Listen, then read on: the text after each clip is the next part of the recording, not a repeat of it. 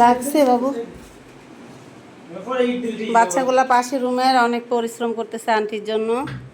মিনা পড়ে গেছিল, ওই খাটে চিপায় চলে গেছিল, তো বাবুরা বাসায় নাই, আমি একা পারতেছিলাম না, ওদেরকে ডেকে নিয়ে আসছি।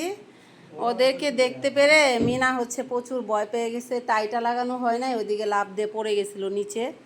পড়ে যাওয়াতে আমরা সবাই হইচই করছি, খাটের একটা নাট সরে গেছে। তাই ওরা এখন কষ্ট করে এগুলো সব জাজিম টাজিম সব নামায়া ঠিক করে দিচ্ছে। আর পাশের রুমের এক আন্টি আঙ্কেল আর একটা ছেলে, তারা অনেক করছে, হেল্প করছে। মিনারে ধরে রাখছিল একজন, আর তারা ছাদের থেকে ব্যাগ পালায়া ব্যাগের মধ্যে রশি দিয়ে বেঁধে মিনাকে ভিতরে ঢুকায়া 4-5 জনে রশি বেঁধে ওই পাশের রুমের ছাদে উঠাইছে। উঠানোর পরে তারা নিচে নিয়ে আসছে, আমি ওখান থেকে এই বাবুটাকে নিয়ে আসছি মিনাকে। আমার যে কটা বাচ্চা আছে বুঝছো, আমার 10টা বাচ্চা এখন আছে। 10টা বাচ্চাকে পুরো বিশ্বের মানুষে চিনে, কারণ হচ্ছে আমার ফেসবুক পেজ আছে, ইউটিউব চ্যানেল আছে, ও ব্লগ ওদের দেখে সবাই।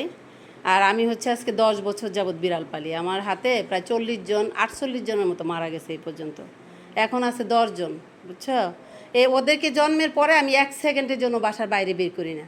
আর অপরিচিত মানুষ দেখলে ওরা প্রচণ্ড ভয় পায়। আবার যদি তোমরা 1 দিন 2 দিন আসো, আস্তে আস্তে তোমাদের জামা কাপড়গুলো সঙ্গে তারপরে আবার আস্তে আস্তে তোমাদের কাছে যাবে। কিন্তু হঠাৎ করে তোমরা আসবা, কেউ যাবে না কাছে, ভয় পাবে। হ্যাঁ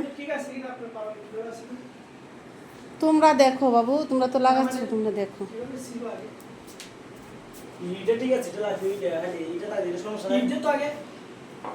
ইটগুলা একটু দিয়া পরে একটু ধাক্কা দিয়ে দেখো।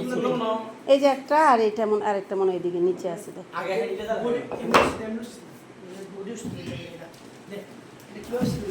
হ্যাঁ হ্যাঁ হ্যাঁ, আরেকটা এখানেই আছে, একটু তলবা দেখো। পাইছো? ওই ইটগুলো আমরা ইট তো এই বাসায় নাই, লেবারদেরকে দিয়ে ওই বাসা থেকে নিয়ে আসছি। হ্যাঁ দেখো বাবু, নাটগুলা ঠিকভাবে বইছে তো না? এবার বিছানাটা একটু দিয়ে তোমরা দেখো কেমন হয়।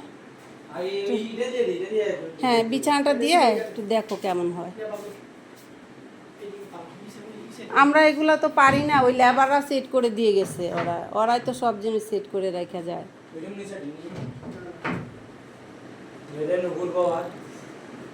প্রথম অবস্থাতে না একটু বাকি থাকে, তারপরে ওটাকে চাপ দিয়ে ঢুকাইতে হয় বুঝছো, প্রথম করে। হ্যাঁ আগে দেখো কোনটা পিছনে যাবে, কোনটা সামনে আসবে। দেখো তোমাদের হাতে পায়ে যেন আবার না লাগে। হ্যাঁ ওই নাটটা ছাড়াই রাখো বাবু, নাটটা থেকে এইদিকে নিয়ে আসো। হ্যাঁ হ্যাঁ হ্যাঁ, এদিকে নিয়ে আসো।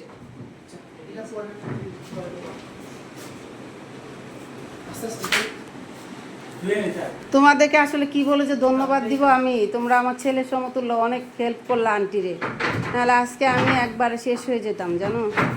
কারণ তোমরা তো বাসায় থাকতা না, আমি কিভাবে কি করতাম। এখন লেবার ডেকে আনতে আনতে বাচ্চারা শ্বাস বন্ধ হয়ে মারা যেত।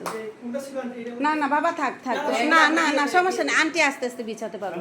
না থাক থাক, না বড়টা পরে দিতে হবে, সব আমি সুন্দর করে বিছায় নেবো। তোমাদেরকে অনেক অনেক ধন্যবাদ।